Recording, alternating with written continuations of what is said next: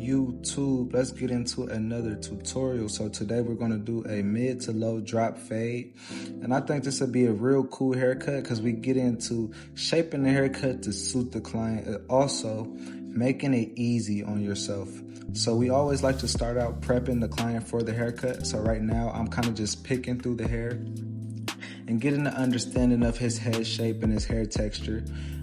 For his hair texture, you can cut it down with scissors, but I went ahead and cut it down with a 6-guard, I believe. So he didn't really want too much off the top. So this 6 kind of just cleaned it up real nice so we can have a nice and even top. And you want to make sure you go through his hair texture multiple times because he has super curly hair and you don't want any curls to be uneven and sticking out.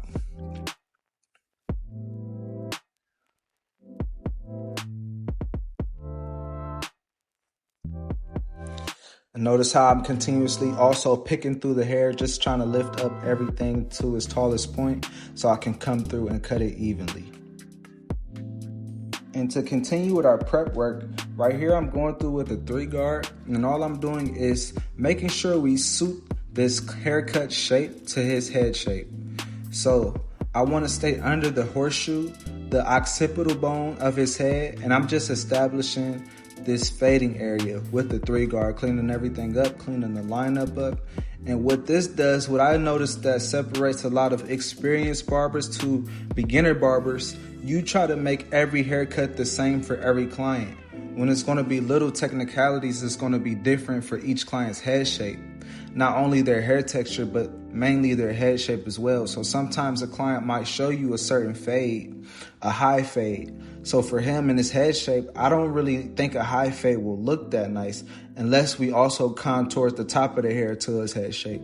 So with his head shape, he likes to get a fade. So we like to drop it to also meet that occipital bone where it would be naturally look the most gradient and naturally suit him. For a client that might have a flatter head shape in the back, I think that a high fade could fit those type of head shapes, but you also just want to always get that analysis in the beginning when you're doing that prep work on what type of haircut suits this client best, because not only do people sometimes request haircuts, but I'm sure you guys experience a client might tell you, just give me whatever you think, bro. And that's when you want to lock in with your understanding of different clients' head shapes and how their hair grows and their hair texture, so you can lock in those moments and lock in a new client, or, you know, just get somebody hip to a new haircut they might have never even thought of. And I am showing you guys how I would execute a full haircut. So I will be working my way around the head. So I'm just going to finish up with this 3, and then we'll move into also continuing to establish the foundation with the 1.5 guard. So moving on, I have the 1.5 guard fully closed, and all I'm doing is trying to smooth everything down with the grain. And I don't believe I'll come back against the grain until we do the actual fade work. So right now I'm just smoothing everything down, trying to make sure those ridges aren't sticking out around the sides of the head.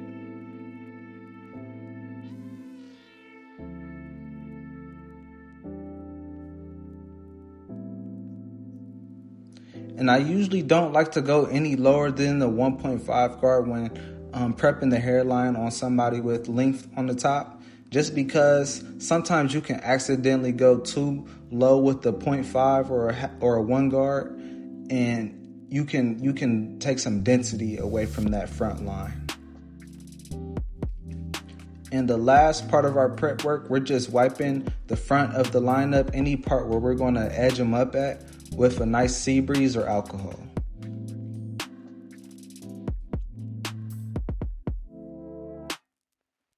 So now, this is real time how I would execute my fade. This is how I would cut in the shop. I know on YouTube, I start on one side and do one side, but in the real shop on a daily basis, I'm flowing through my fade all in one piece. So right now I'm establishing my first guideline with the clipper that I'm using. And I'll show you guys how I clean this line up to make it more sharp. But right now I'm just going through with a rough draft of the initial guideline. And I want to make sure that I'm referencing the same thing on both sides to achieve balance. And also I'll visually check in the front once I place this line in. So right here, my clipper is not too sharp to the point where this is going to make the line hard to fade out. And it's not going to cut the client. You want to make sure you have your clippers set to the proper point where you're not cutting the client right here, because this can actually cut a client if your clippers are too sharp. So all I'm doing is with that same clipper that I used to set it, I just flipped it around to clean up that guideline a little bit more. And this is different from using a trimmer and punching it in because, granted, this is the same clipper you're going to fade out that line with. With the trimmer, you usually have those set a little sharper because you want to get nice and crispy lines. Now, granted, if you're using a trimmer that's not set all the way sharply, then you can go right ahead. But I think it's also more convenient to do it this way. So now we have the lever fully open, and we're just establishing our second guideline about a half an inch to an inch, just depending on how tight you want that fade to be. On him, I didn't want to stretch it too much because I wanted to keep the foundation low, keep the fade low. So in the back, I go up a little bit more because this is a wider surface area, but on the sides, I'm only going up about a half an inch.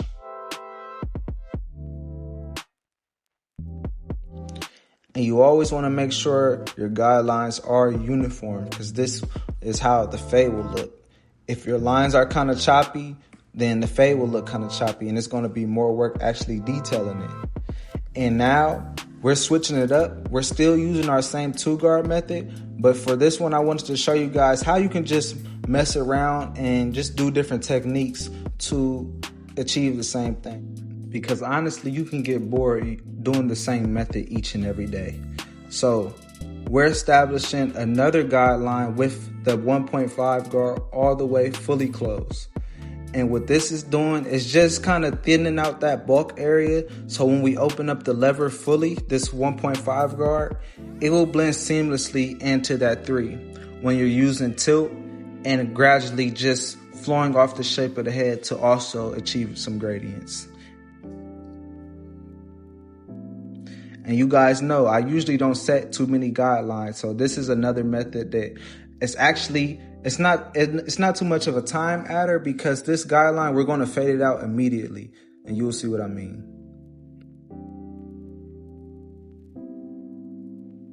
So now we are fully open and all we're going to do is lever play from fully open to halfway just to blend that 1.5 guard close to that 3 guard that we set to establish the foundation of this haircut. And you always want to comb, as you fade, comb to put that hair back in its natural place. And you see how seamlessly that 1.5 guard guideline is just blending out as we open and go halfway. And one reason I also switched up the technique on this haircut as far as the system of the fade is because you want to make sure you're using techniques that suit each haircut. So for him, I knew that I want that darkness of that drop fade to be prominent. I didn't want the fade to be high, so to make sure I'm keeping that foundation, I'm keeping that darkness up top, I went ahead and did a fade down approach on the top and knock that area out because you can easily chase a guideline up. If you continuously go up with your techniques, it's easy to accidentally push that fade higher than you intended to. So now the fact that we made sure to knock out this top bulk section, but also maintaining the darkness of it, when we drop down to our lever close to knock out that bottom line and our halfway or our half guard to knock out that middle line, we won't accidentally go too high up because we already set the foundation up top.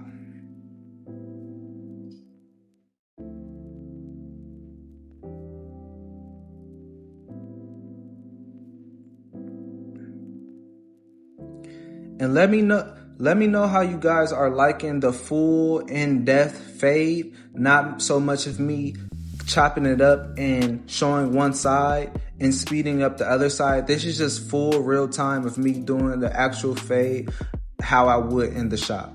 So let me know how you guys feel about these type of tutorials. So now we're jumping to our lever fully closed, and we're going to knock out that bottom line. And all we're going to do is go close and go half, and make sure you maintain that guideline that you set with the lever open and not go past it. You don't want to flick too high up and actually just push that top guideline higher.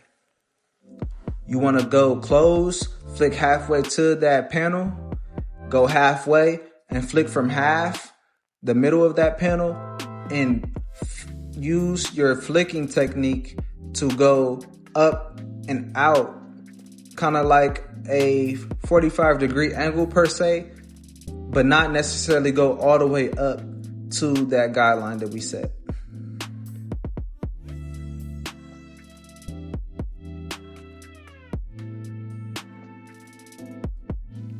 And I'm sorry for being all in the focus. My apologies, y'all.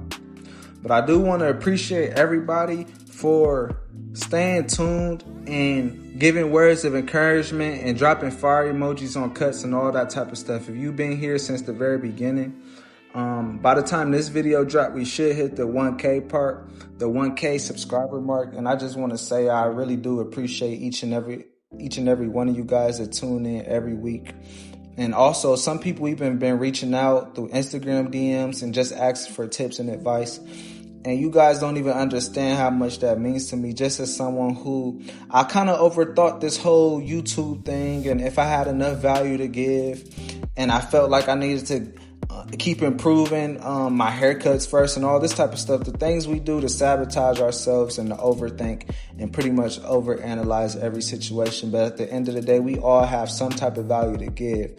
Granted, it's still a lot for me to work on as a barber, but I know and I'm seeing the fruit of helping people who are still starting out, because I still have value to those people. It's people who want to get booked. It's people who want to just learn how to do a fade without getting confused, or people who need to find a lineup process and system that's not too complicated to follow. And I feel like I can help those people.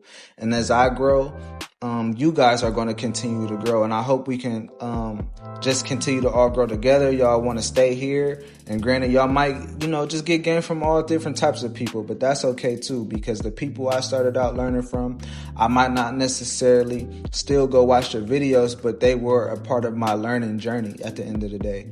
So I just want to appreciate each and every one of you guys for the 1K. And I think I want to do some type of giveaway, so drop a comment on how you guys think I should do that. So moving up back into the cut though, right now we have that half guard, and we're doing the same thing. We're going half and close. We're going half and closed, and we're kind of just working this guideline out.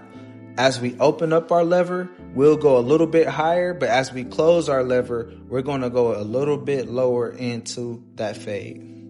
And just see how it's just blending together real seamlessly.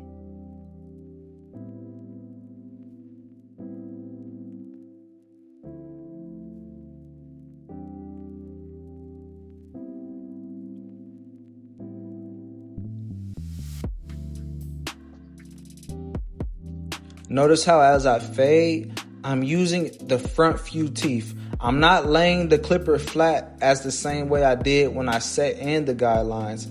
I'm using the first few teeth, and I'm gradually just being gentle and light with my clipper. I'm just going up, and I'm using the shape of the head to also give me gradients.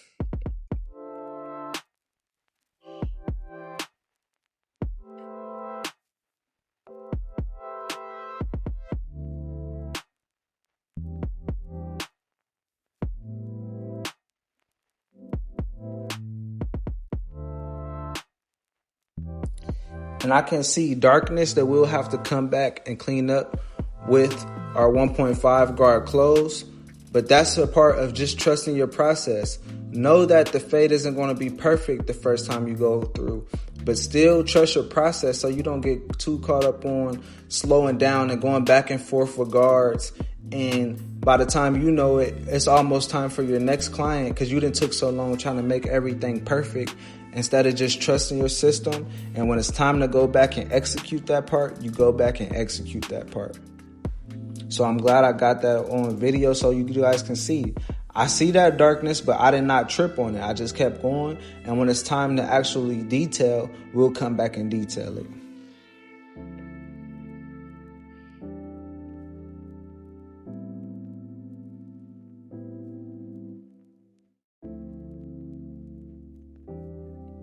Remember, I'm tilting, I'm using my front few teeth, and I'm just trusting the process.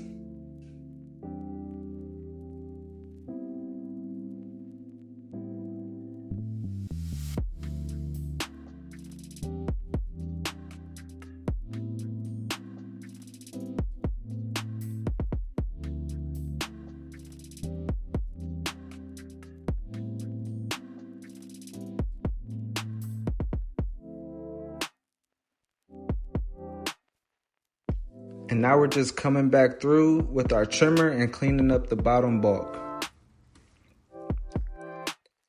And we save so much time by not punching in any lines with our trimmer and having to fight and chase those. Now we can just come through and clean everything up. I'm not going to use a full shaver on him, but granted, on some people you could. More straight hair clients, it's better because their hair won't bump up. Or their skin usually doesn't have those ingrowns because their hair grows straight out their skin. But for a client like him who has the super curly texture, I'm not going to use a shaver. So now we're moving on to our lineup process. And all I'm doing is I'm starting in the middle.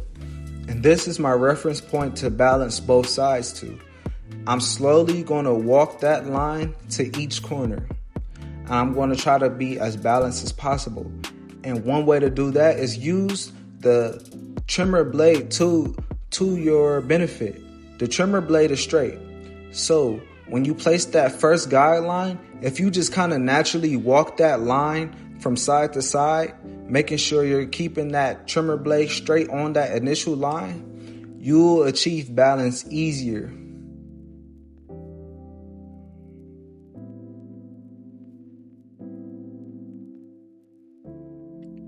And make sure not to go too far back on those vertical bars because you can kind of lose track of where that vertical bar should be and push that corner back.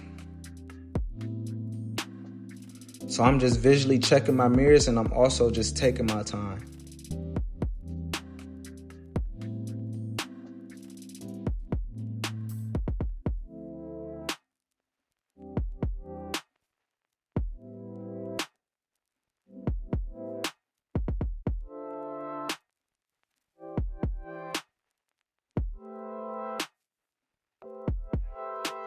And we're always using references for everything we do, whether that's the fade or the lineup. We always want to use references so we can identify those references and match them to the other side.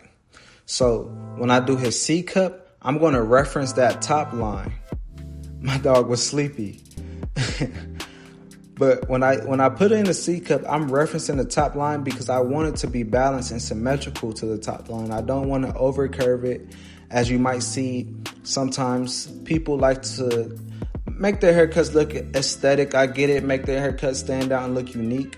But when you have natural lines and you're using the fullness of the lineup to your advantage, this is how your haircuts is going to last the longest amount of time. And granted, I used to do it too, so that's how I know. Eventually, I learned, no, that's not the way. And sometimes I like to start with the C cup second opposed to the vertical bar is because now we can easily see where the vertical bar wants to go while we're keeping it full as possible. And it's all coming together.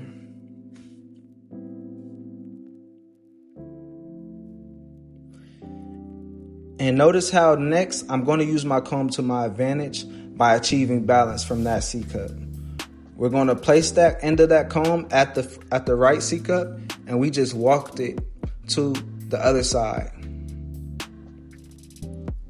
Easy peasy, 1, 2, 3. And we're going to visually check after we tap that first line in just to make sure we're on par, and then go ahead. And for the vertical bar, I'm going to use the same thing. I'm going to line up that comb to the vertical bar. I'm going to look where it falls at the end of the eye or the eyebrow. and then I'm going to go and achieve that same guideline. And that's pretty much how you lock in a lineup. I'm sorry, on the other side, I kind of kept blocking what I was doing, so I kind of cut that part out. But now we're just tightening everything up and sharpening it up with a razor. And what this does is add a couple days longevity to the haircut, because it gets those stubble hairs the clipper can't get, or the trimmer can't get, I'm sorry. And if your trimmer is getting those little stubbles, either you got it set right, or your trimmers is way too sharp and you're cutting people up. So it's always cool to go back and clean it up with that razor blade. Notice how I'm stretching the skin and I'm letting the razor do the work. I'm not forcing the razor blade to glide. I'm letting the razor blade glide and stretching the skin.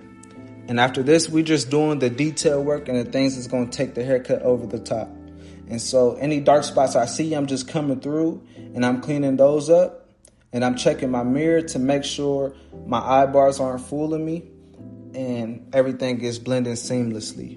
And we're going to do a little bit of style to the top. All I did was just wet it, and it's green because I put a little bit of tonic in that water, and it gives it a good smell, and it's also healthy for the scalp.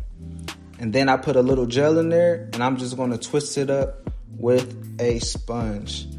And that's pretty much the cut, YouTube. I appreciate y'all for tuning in to another video. I hope you guys learned something, especially not only keeping your foundation and your system simple, but establishing each haircut to the shape of the client's head, and not just having so much of a one size fits all haircut, but naturally make sure that haircut blends seamlessly and will benefit each client. So I appreciate y'all.